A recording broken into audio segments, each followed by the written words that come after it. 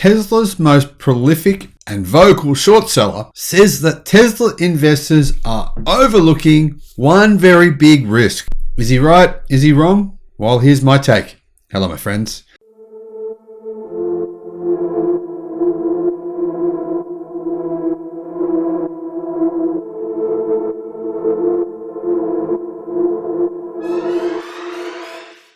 Welcome to the channel. I'm the Electric Viking. Great to see you. Hope you've had an awesome day. Welcome to the new subscribers and welcome back everyone else. Jim Chanos. Sometimes the guy makes sense. Other times he sounds like a complete freaking Muppet. Does he make sense today? Or is he being a Muppet again to try and get what? What's his main job, right? His main job is to get eyeballs to look at him, listen to him. That's what he gets paid for. Is that what he's doing? Or is he simply telling the truth? Well, during a recent appearance at a podcast this week, famed short seller Jim Chanos, according to Teslarati, claimed that Tesla investors are overlooking something very risky about the company. Chanos noted that today, Tesla resembles Cisco Systems back in 1999, a company widely considered the poster child of the dot-com bubble. These are some interesting claims.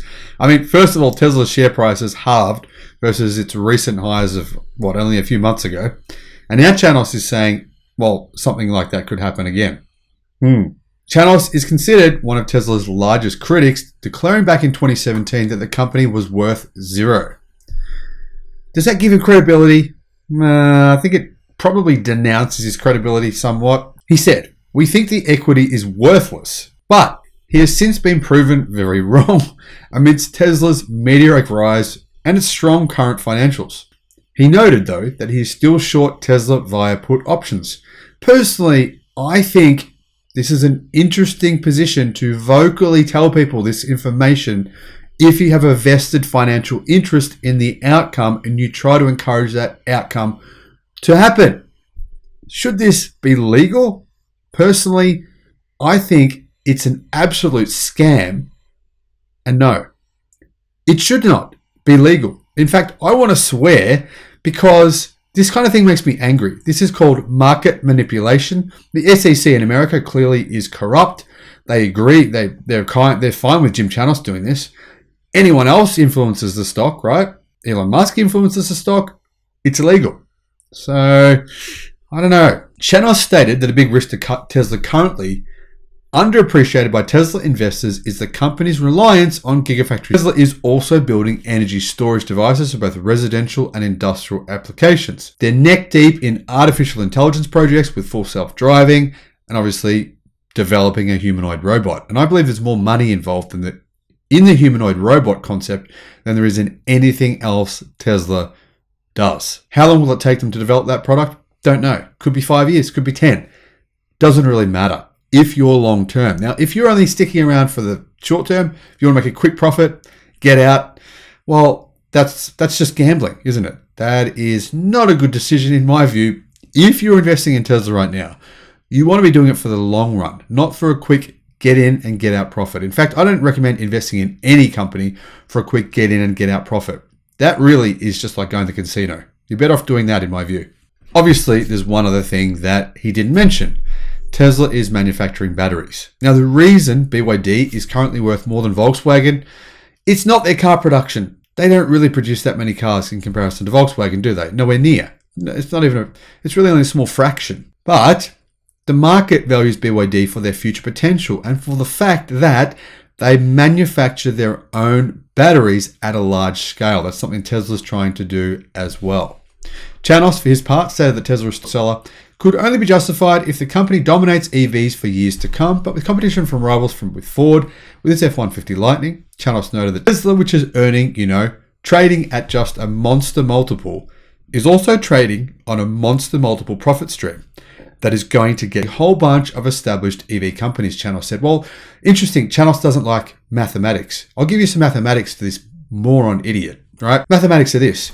The only company right now in the world that we know of that makes a good profit from EVs is Tesla. BYD does not. BYD, yes, does make a profit from its electric cars, but it's very small in comparison to the profit that Tesla makes from its EVs.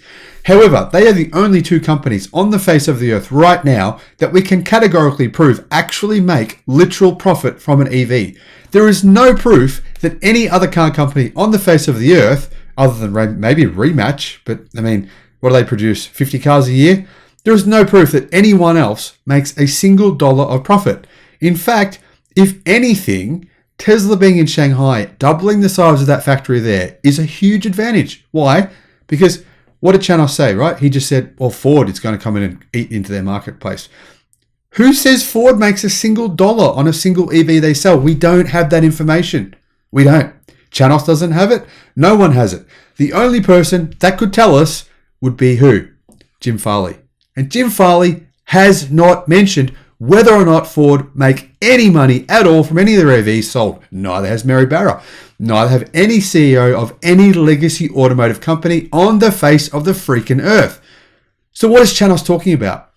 If Tesla continues to make more vehicles in China than any of its competition, and we know they make a minimum of 30% profit per car from those Chinese vehicles, I think it's closer to 40%, and they streamline their manufacturing processes, use more lithium iron phosphate batteries, use gigacastings and structural batteries that will continue to reduce their costs, their upfront costs. In addition, who manufactures EVs at the scale that Tesla do? No one. Right now, they are on their own. Yes, BYD make lots of EVs. Lots of those are plug-in hybrids. Combination of plug-in hybrids and EVs. Once you take the plug-in hybrids out of the equation, it's nowhere near the scale of Tesla. Scale does what? Brings costs down. It allows Tesla to negotiate with mining companies on lithium deals that are far bigger than their competition. Battery contracts with their competition that are far bigger as well. This is a chess game. If you really think Jim Farley, Mary Barra can play chess better than Elon Musk can, I say go ahead, listen to Jim Chanos, do what he does with his money, see how that's worked out for him shorting Tesla over the last 5 years, and, listen to these naysayers. But frankly, what they're saying really doesn't make any sense at all. Do you see any legacy auto company right now mass manufacturing millions of EVs in China? No. So that will continue to be an advantage for Tesla that the competition may never, ever be able to replicate. We don't know. Maybe they will. Maybe they won't. But it doesn't seem very likely. Once again, I think Jim Chanos' comments should be prosecuted by the SEC, simply because he's emotionally manipulating people into his point of view. Rather than presenting facts, he presents emotions in order to discourage investors from buying the stock so that the stock will go down so that he can personally benefit from this situation. That, in my view, is ridiculous. But let me know in the comment section below what you think. As you can see, this has got me a little bit worked up. Do you agree? Disagree? As always, thank you for watching. Bye-bye.